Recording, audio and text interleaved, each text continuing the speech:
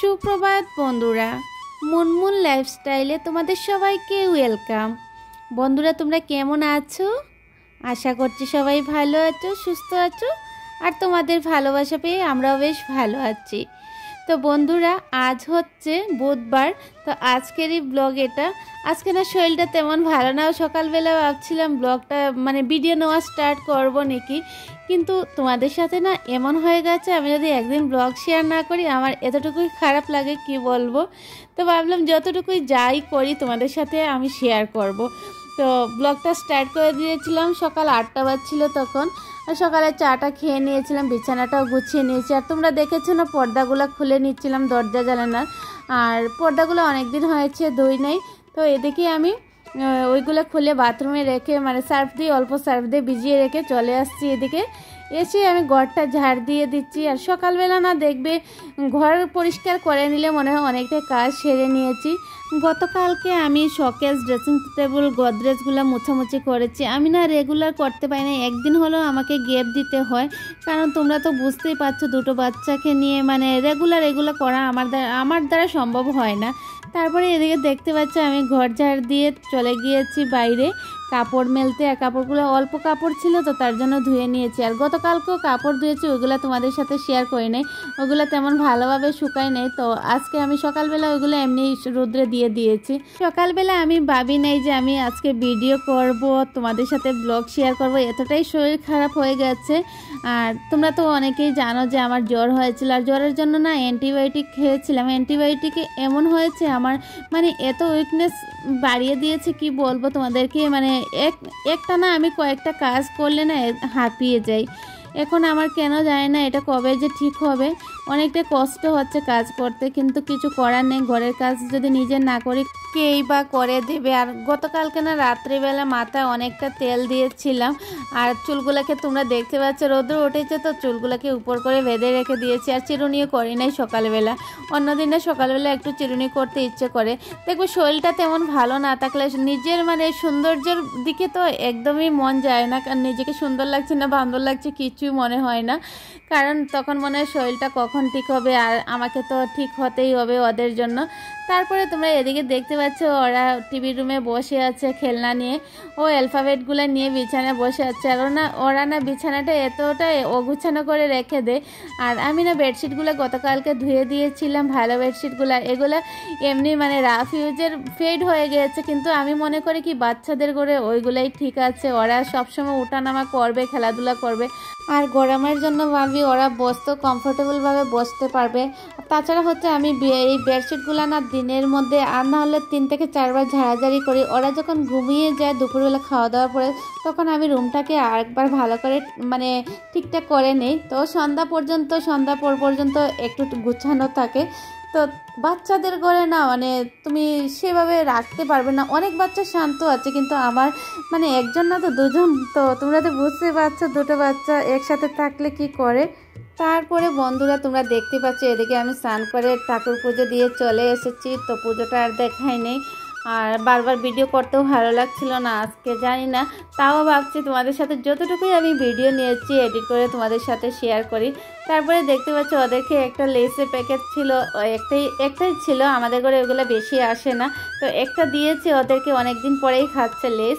তো তারপরে ওরা দুজনে শেয়ার করে খাচ্ছে একটা প্যাকেট থেকে।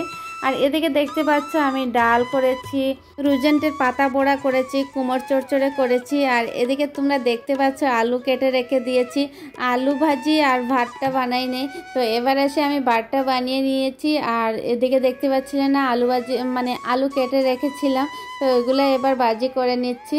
আগে না আমি রান্নার ভিডিওটা করি নাই, তোমরা তো বুঝতে পারছো শরীরটা তেমন ভালো না। আর অনেকগুলো কাজ, সবগুলো ভিডিও করতে গেলে দেখবে ভিডিও যে ক্যামেরা সেট করব ওইখানে একটা টাইম চলে যায়।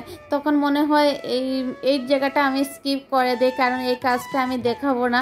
আর দেখালে দেখবে ব্লগটা লম্বা হয়ে যায়, না দেখালে মনে হবে অনেক কিছু বাকি রয়ে গেছে ব্লগের। আজকে তো তোমাদের সাথে সব কিছু শেয়ার করি না, ওইরকমই মনে হয়। তোমরা আমার ফ্যামিলি মেম্বার হয়ে গেছো, আর তোমাদের সাথে যখন আমি কিছু শেয়ার করতে পারি না, এতটাই কষ্ট হয়, এতটাই দুঃখ হয় মনে, কি বলে বুঝাবো।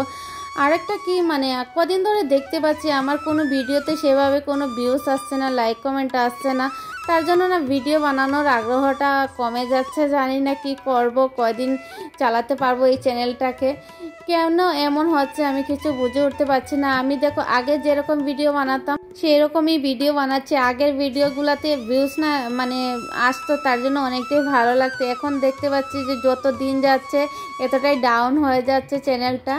তো তোমরা একটু আমাকে সাপোর্ট করবে, যেরকম পাশে ছিলে প্রথমে ওই রকম আমার পাশে থাকবে।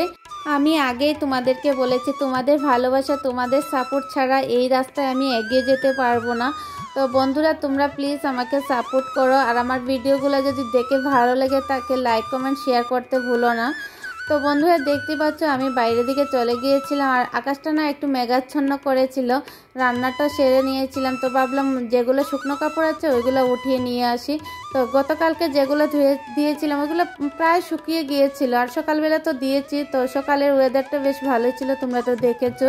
তারপরে তোমরা দেখতে পাচ্ছ এদিকে আমি পর্দাগুলো এক জায়গায় করে নিচ্ছি। আমার না যে কোনো মানে কাজ বলো আর কাপড় মেলা থেকে ধরে যাই বলো, তো শৃঙ্খলাবদ্ধভাবে থাকলে না বেশ ভালো লাগে। এবার দেখতে পাচ্ছ ওই জায়গাটা ফাঁকা হয়ে গিয়েছিল, তো পর্দাগুলো এক জায়গায় এনে আমি সবগুলো মেলে দিয়েছি। তারপরে ঘরে চলে আসছি, আর এসে ভাবছি ওইগুলো গুছিয়ে নেই। তখনও ওদেরকে আমি খাওয়াই নেই, কারণ তখন বাজছিল ঘড়ির কাঁটায় 1টা। তো দুপুরে খাওয়া দাওয়া তো তোমরা অনেকেই জানো, ওরা 2টা থেকে 2:30টার ভিতরে খাওয়া দাওয়া করে। তারপরে 3টার দিকে ওরা বিছানায় চলে যায়, গিয়ে ঘুমিয়ে পড়ে। আমার না টাইম টেবিল রুটিন মেনটেন করতে এখন এতটাই ভালো লাগে। আর এদিকে যে কাপড় গুছাচ্ছি তোমরা দেখতে পাচ্ছ, আগে না এই কাপড় গুছানো কাজটা আমার কাছে অনেকটাই বড় ছিল, কিন্তু এখন কন্টিনিউ রেগুলার করতে করতে কাজগুলো এতটাই ছোট হয়ে গেছে।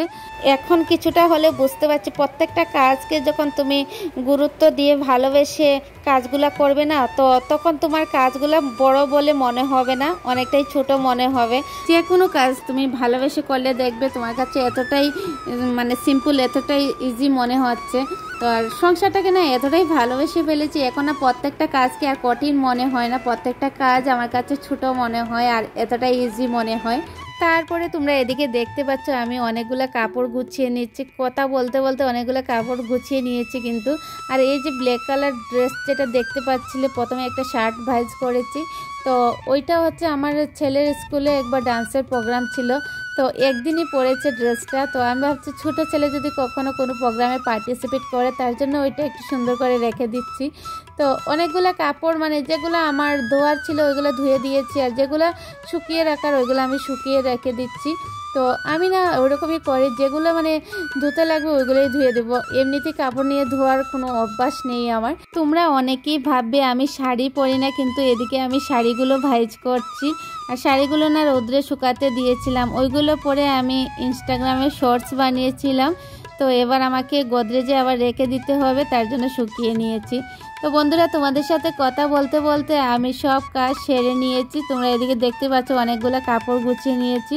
তারপরে হঠাৎ আমি সাউন্ড পেলাম হরেকমালারা যাচ্ছে এদিক দিয়ে, তো ভাবলাম একটু দেখে নিই, প্রয়োজনীয় যদি জিনিসগুলো পেয়ে যাই তাহলে রেখে নেব।